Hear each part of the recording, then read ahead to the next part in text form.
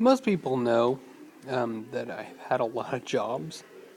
Um, for as young as I've been, a lot of jobs. The one that I'm really talking about right now, that I'm mentioning here, is I was a stalker at Walmart, and I didn't have any regular department that I would.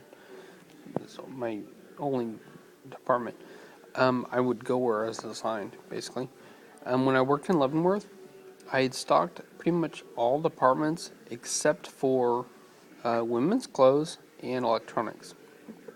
Electronics is a little bit different because it was a 24-hour. There was always a cashier there, and she also did stocking, so that was a little bit different. And women's clothing, I just wasn't into it.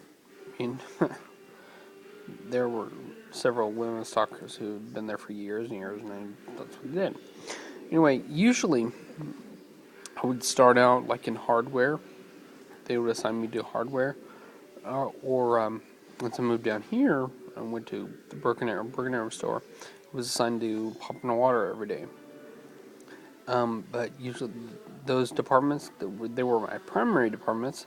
But I'd get done in 1 or 2 hours, and then I'd be appointed to another department.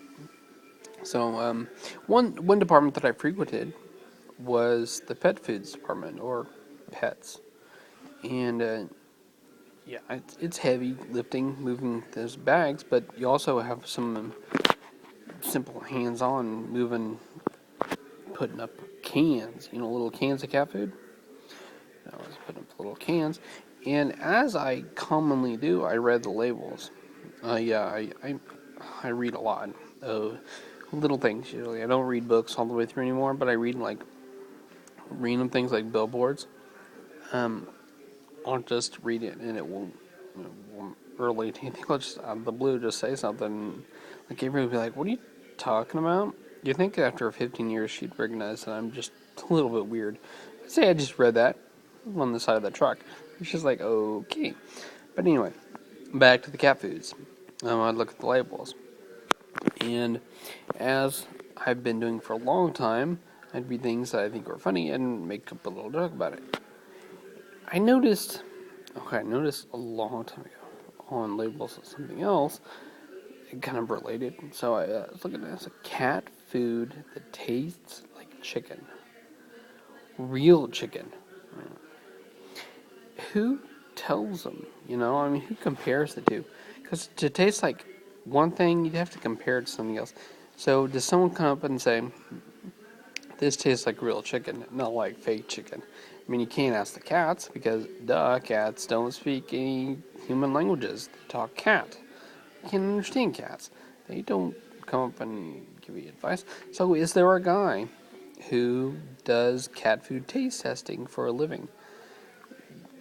Who, when you're writing a resume and you're leaving the job, you have to have a description of your job. Duh, I know this. So what does his say? Like cat food taste tester, or does it say like pet food specialist or quality control manager or something stupid like that?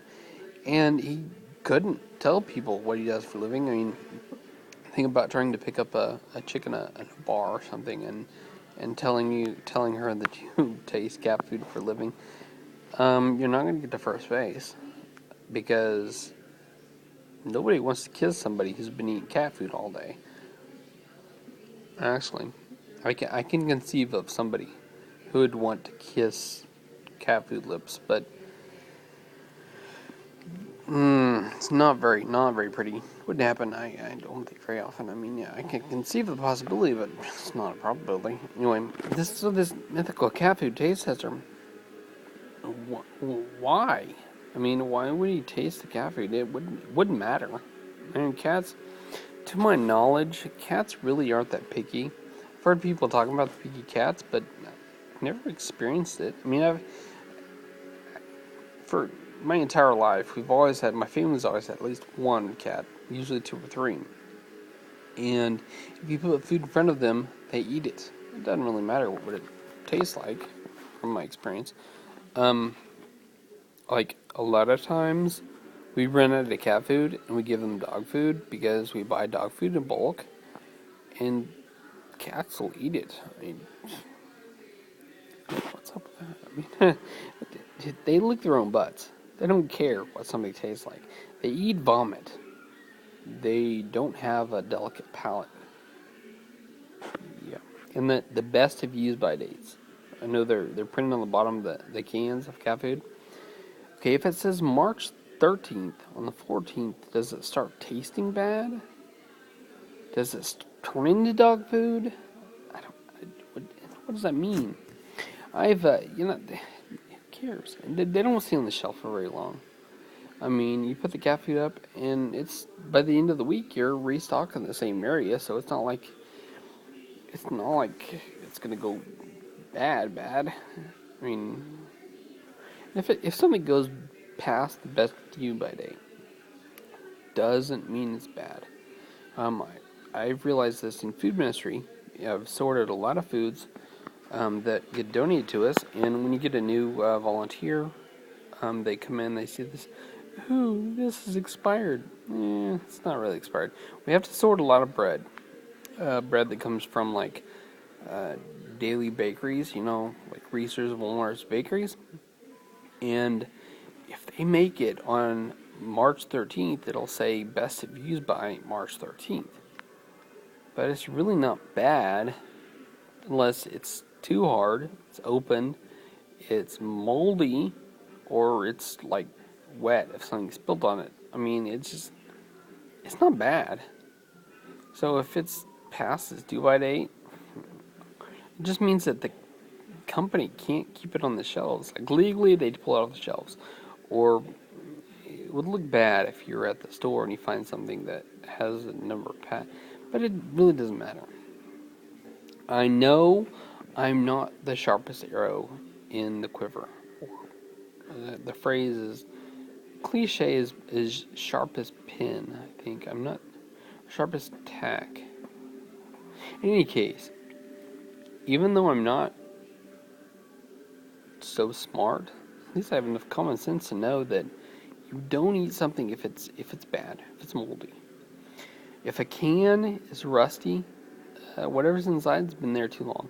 But most canned foods, they actually have a shelf life of like 10 years. I mean, just because this is non-perishable, so it can sit on the shelf for a while. They usually don't sit that long, but I mean they really can. Sometimes it separates. I've noticed, like if it's soup, it'll separate and it'll be really watery, and you'll just have to stir it up.